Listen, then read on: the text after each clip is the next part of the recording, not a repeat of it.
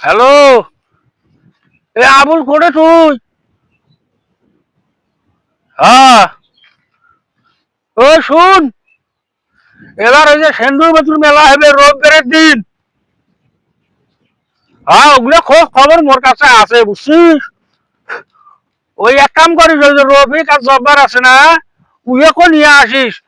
এবার মোটামুটি গতবারে সে এবার আনন্দ ফুর্তি, হ্যাঁ, বেশি করে করবো বুঝিস নাই, এবার ভালোভাবে আনন্দ ফুর্তি করা লাগবে। গতবার তো হ্যাঁ গ্যাপ গেছে। ও শোন, আরো একটা কাম করিস। হ্যাঁ, ওই সীমা আছে না, ওই সীমা নিয়ে আসিস তো।